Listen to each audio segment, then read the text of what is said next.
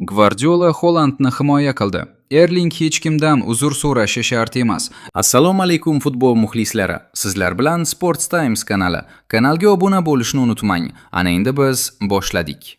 Gvardiola Hollandni himoya qildi. Erling hech kimdan uzr so'rashi shart emas. Manchester City bosh murabbiyi Josep Gvardiola jamoaning so'nggi natijalari qoniqarsiz bo'layotgani fonida Erling Hollandga nisbatan tanqidlar ko'payganiga munosabat bildirdi. Ispaniyalik mutaxassisning aytishicha, norvegiyalik hujumchi hech kim oldida uzr so'rashi shart emas, chunki u maydonda bor kuchini berib o'ynayapti va kurashdan to'xtagani yo'q. Gvardiola Holland atrofidagi muhokamalarni sal tinchlatib, masalani jamoaviy nuqtai nazardan qo'ydi.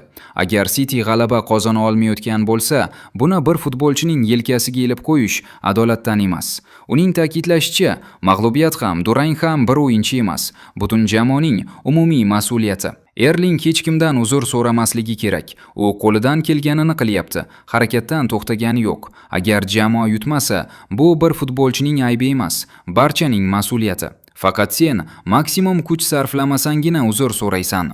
Hozir Erlingda bunday holat yo'q. Demak, uzr ham kerak emas, degan Gvardiola.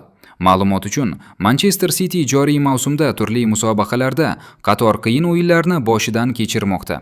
Angliya Premier Ligasi, Yevropa Chempionlar Ligasi hamda ichki kuboklar doirasidagi so'nggi 7 ta bellashuvda shaharliklar 2 ta mag'lubiyat, 3 ta durang qayd etdi. 2 ta g'alaba esa aynan kubok bahslariga to'g'ri kelgan. Shu bilan birga, Hollandning o'zi ham bir necha o'yindan beri gol ura olmayotgani ko'p muhokama qilinmoqda. Ayrim mutaxassislar 25 yoshli to'prar hali optimal sport formasini to'liq tiklab ulgurmaganini, natijada uning odatdagi samaradorligi pasayganini ta'kidlamoqda. Biroq Gvardiolaning pozitsiyasi aniq.